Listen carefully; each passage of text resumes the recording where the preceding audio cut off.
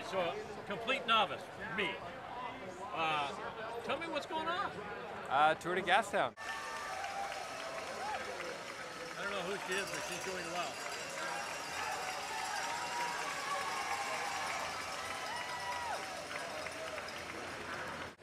Okay, and is this like prize money, right? Big prize money. $40,000 overall. 15,000 for first prize. Okay, so is this, I'll go over here, is this like a tour thing that you guys do? Well, we're down here for the entire BC Super Week, so Gastown's kind of the big event for it, but it's all about the whole thing, right? It's a big event, start to finish. This one just happens to have the most crowds and the most money.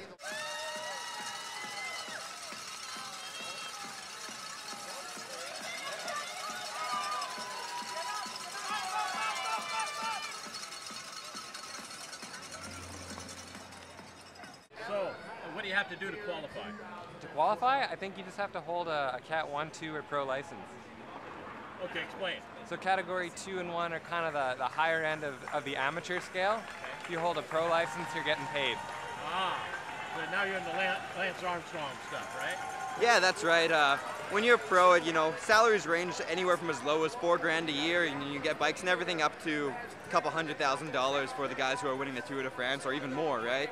Okay, Yeah, I was gonna say, but guys like us, we're working part-time jobs and racing bikes and getting shop deals where we can, and coming out here for stuff like this and hoping to win a little bit of prize money.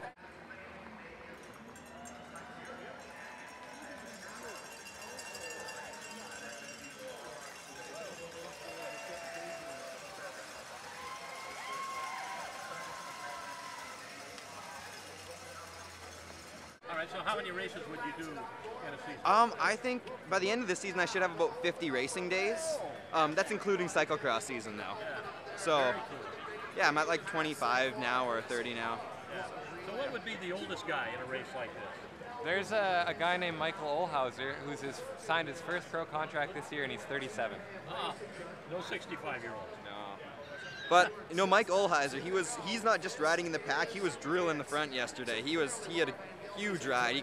Oh man, he's a fast guy. So with endurance athletics like this, you start getting better. You start peaking when you're 30, 35 instead of with lots of sports you're at your best when you're 25.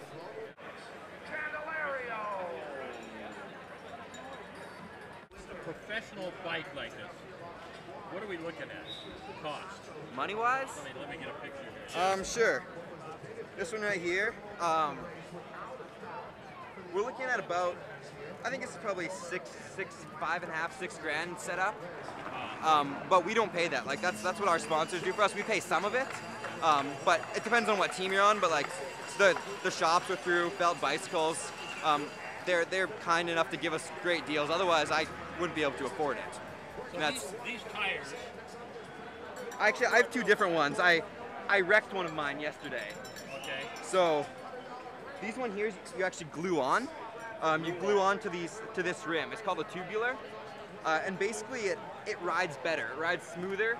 It feels it corners better. Whereas this front one here, this is just your regular clincher tire that's on a lot of other bikes, and it has a tube inside of it. Okay, so what makes a really good racing bike? Well, it has to be lightweight. The minimum they're allowed is 15 pounds, and a lot of guys are looking around that. Mine's maybe 15 and a half, something like that. It also has to be very stiff though, because when you're coming out of the corner sprinting, you don't want your bike flexing back and forth. You lose energy that way. And thirdly, it has to be durable. You don't want it falling apart. And fourthly, it has to be a little bit comfortable.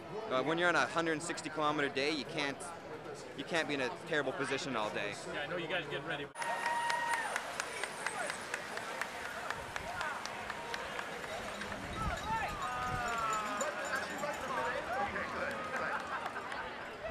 What speeds do you get up to? Whoa, I think here you'll see 70. Really? 70 kilometers? Yes, Down that sir. stretch over- On the home stretch. Yeah. Really? Yeah. Is it dangerous? Well, I would expect to see a few crashes today for sure. Cyclists do pretty stupid things for $15,000.